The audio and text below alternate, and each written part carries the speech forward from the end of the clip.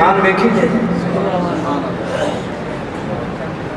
حضرت ام سلمہ حضرت ام سلمہ سارے کہہ دو رضی اللہ تعالیٰ عنہ میرے پاک نبی نے پھر نکائیاں میرے پاک نبی نے کیا ام سلمہ دا حجرہ بناؤ حضرت ام سلمہ دا حجرہ اینا دا بھی ولی میرے پاک نبی نے کیتا ہوں کونگ والے ہو لیکن ولی میں دا رنگ الگ ہے فرمایا بکریاں کوئی نہیں اٹھتے گاواں کوئی نہیں مجھا کوئی نہیں مرغیاں کوئی نہیں جاؤ اپنے گھر وچ جے دے گھر وچ کچھ پکیا لے آؤ سارے کٹھے بہ کے کھا لینے دال لے آیا کوئی پنیر لے آیا کوئی کھجور لے آیا کوئی اچار لے آیا کوئی پیاز لے آیا کوئی تھوم لے آیا کوئی بٹیرا لے آیا گوشت لے آیا سارے کھانے انہوں میرے پاک نبی نے ملایا مل کے کھاؤ یہ بھی ولیمہ سبحان اللہ اور یہ تو ایک حکمت دیکھو ایک ولیمے تے خرچ کر کے امت نو دسیا کہ جتنی طاقت ہوئے خرچ بھی کر سکتے ہو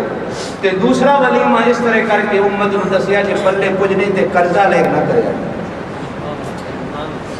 سننا سمجھ رہے ہو پاک نبی ایک ولیمہ حسب طاقت رکھیا کہ میں ایک بکری اپنی نہیں دوسرا لے آیا تے دوسرا ولیمہ آیا تے صحابہ فرماندے نے حدیث سے اتنا مزہ اس ولیمہ دے آیا جو دسترخوان وچ سینکڑوں قسم کے کھانے تھے تے پہلا لقمہ میرے پاک نبی نے اپنے نبوت والے ہاتھ نال بھر کے کھادا تے فرمایا ہن کھاؤ اللہ نے جو برکت دیتی پورا مدینہ کھا گیا دسترخوان دے برتن خالی نہیں بولو سبحان اللہ اکبر نانے بابا کو اکبر ساتھی ہوں ان کی لیڈیز آئی ہوئی اکبر یا علی اکبر یا علی اکبر ہو یا علی ہو حضرت ام سلمہ دا حجرہ بنیا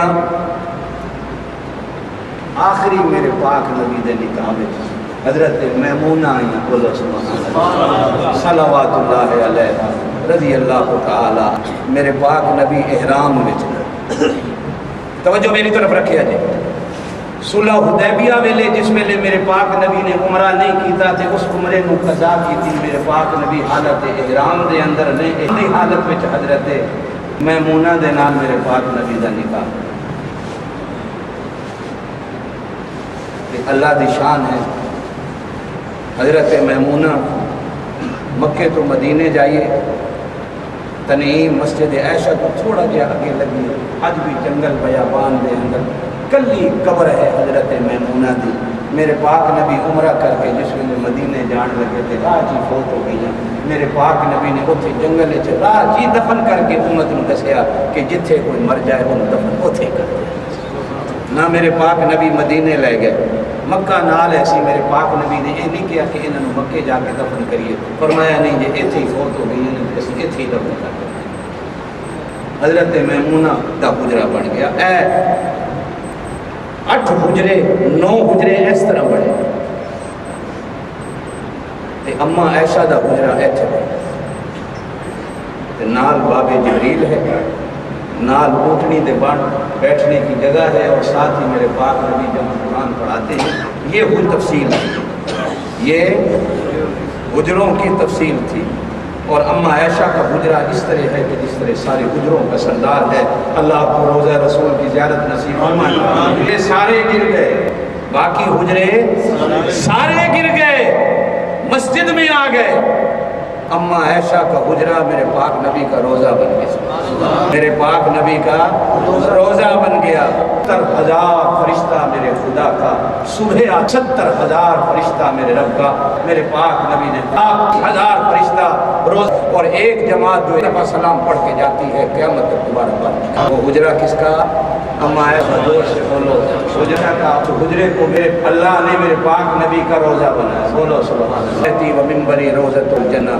جس کو ساری دنیا دیکھنا عبادت سمجھتی ہے وہ حجرہ اماں عائشہ کا یہ حجرے بنے قرآن میں اس سورہ حجرات میں ان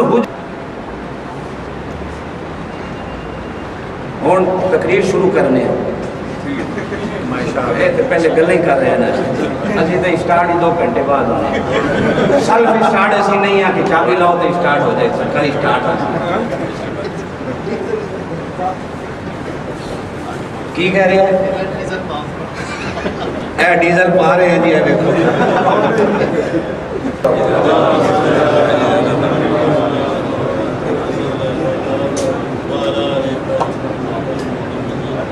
تسی تے چاول کا بٹیرا چنگا لگتا تسی آکے بھوکے رہ سو تے چنگے بول سو. واہ بھائی واہ، سبحان اللہ، بولو سبحان اللہ.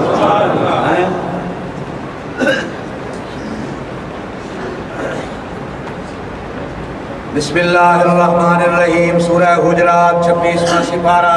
فرماتے ہیں ایھا الذین آمنوا لا برسولہ.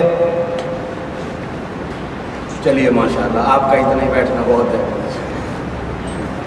پاکستان کونسلیٹ کی نمائندگی ہو گئی، بلکہ پاکستان کی نمائندگی ہو گئی. بس میں جانوں یہ غریب ہوتے پاکستان کونسلیٹ آئے کرن دے نہ دے کم ان میں سے کوئی کونسلیٹ جاتا ہے تو کہتے ہیں ہم پاکستان. ساڑھے واسطے تھانے دار نہ پڑے کرو.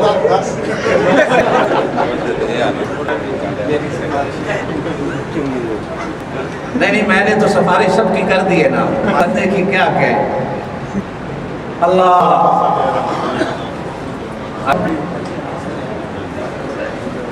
بسم اللہ الرحمن الرحیم.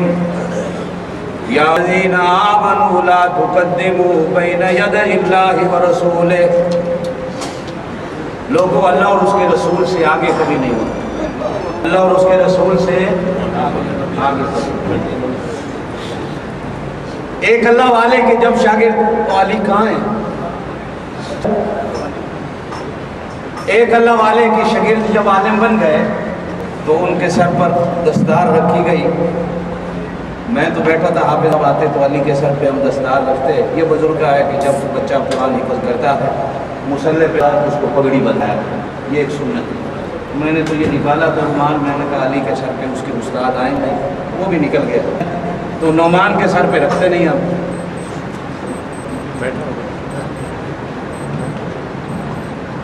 شاگرد جب عالم بن گئے تو نکلنے لگے تو بزرگ نے ایک وصیت کی.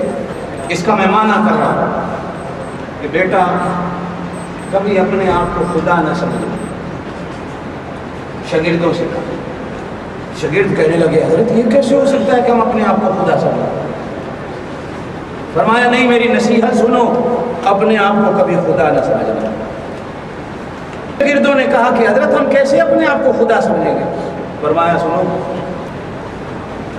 مولوی کبھی کبھی یہ سمجھتا ہے کہ بس صرف میری بات سچی. کبھی اس گھمنڈ میں آ جاؤ گے تو گویا کہ اپنی خدائی کا دعویٰ کہ باقی سچی.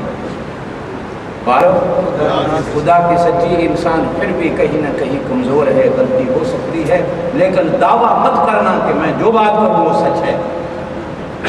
ہو بھی سکتی. اماموں کی باتیں بھی غلط ہو سکتی ہیں، اولیاء کی باتیں بھی غلط ہو سکتی ہیں، علماء کی باتیں بھی غلط ہیں. بات نہیں سکتی تو صرف میرے اللہ کا نہیں ہو سکتی. فرمایا حضرت یہ نصیحت ہم نے پلے باندھ لی. فرمایا اپنے آپ کو کبھی نبی بھی مت سمجھنا. شاگردوں نے کہا حضرت نبی کون سمجھے گا، کافر ہونا. فرمایا نہیں، نصیحت سنو، کبھی اپنے آپ کو نبی مت سمجھنا. کہا حضرت کیوں؟ فرمایا یہ مت سمجھنا کہ سارے نمازی میری اطاعت کریں، میرے قدموں پہ چلن کو اپنائیں. نقش قدم پہ چلنا صرف ایک نبی کی ذات ہے، باقی دنیا میں کوئی ایسا بندہ نہیں کہ جس کے پہ رکھ کے تم چلو تو کامیاب ہو جاؤ. بات میری سمجھی ہو نہیں؟ کبھی دعویٰ مت کرنا. یا ایھا الذین آمنوا لا تقدموا بین یدی اللہ. بھی اللہ اور اس کے رسول سے آگے نہیں. ہمیشہ دعا کرنا کہ اللہ اپنے نبی کے قدموں پہ چلنے کی توفیق اور اپنے حکموں پہ عمل کرنے کی توفیق. آگے آیا یا ایھا الذین آمنوا لا تقواتکم فوق صوت النبی. کچھ گاؤں کے لوگ آئے مدینے میں، قبیلہ میں کوئی مسئلہ جھگڑا تھا، حل کرانے آئے اللہ کے نبی کے پاس. میری طرف ہے نا، حل کرانے آئے اللہ کے نبی کے پاس. اللہ کے نبی گھر میں آرام کر رہے تھے. آداب نبوت آتے نہیں تھے، گاؤں کے لوگ تھے. کھڑے ہو کر کہنے لگے یا محمد اخرج الینا، اخرج الینا یا رسول اللہ اخرج الینا. زور زور سے اللہ کے نبی پکارنے